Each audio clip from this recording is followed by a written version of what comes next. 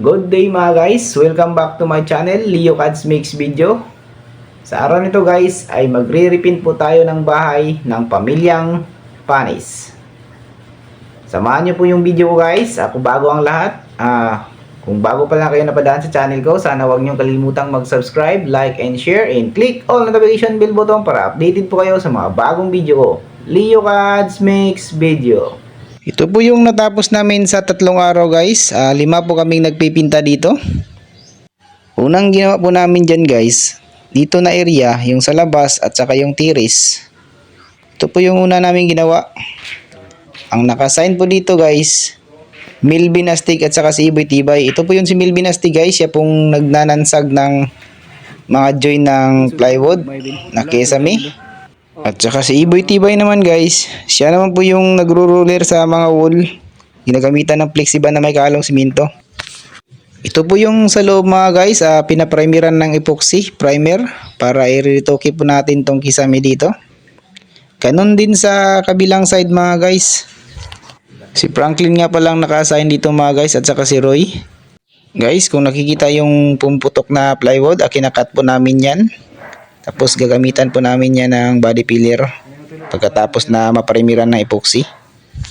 Dito sa labas mga guys, tinutulungan ko po si Melvin Astig at saka si Iboy Tibay. Ito na po yung ginagamitan namin ng flexiban na may kahalong simento mga guys.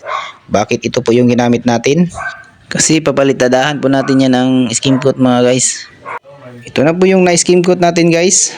2 ulit po namin yan binabalikan. Ganun rin sa labas mga guys, ginagamitan din namin ng skim coat. Si Iboy Tibay pong naka-assign sa labas.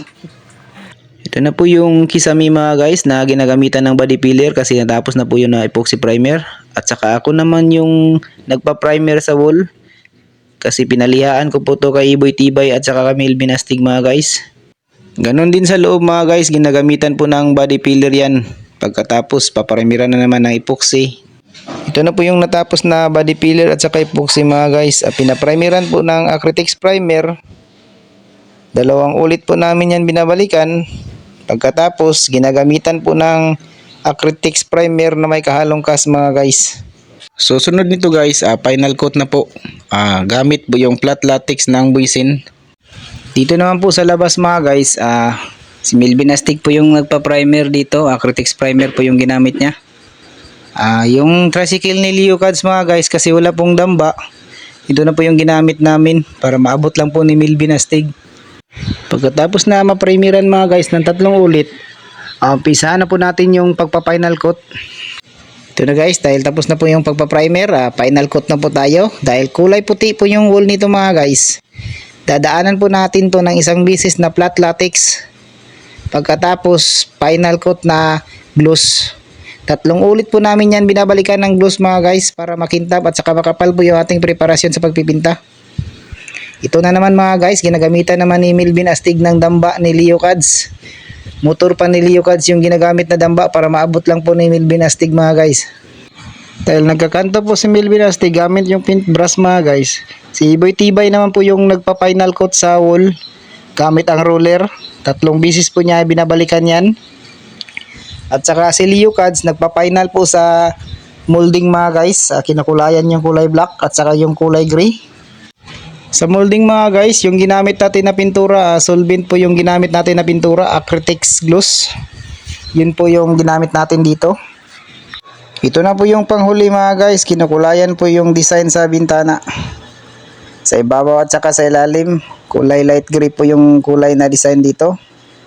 At saka si Iboy, final coat din niya sa labas. Siya po yung nagkukulay white dyan.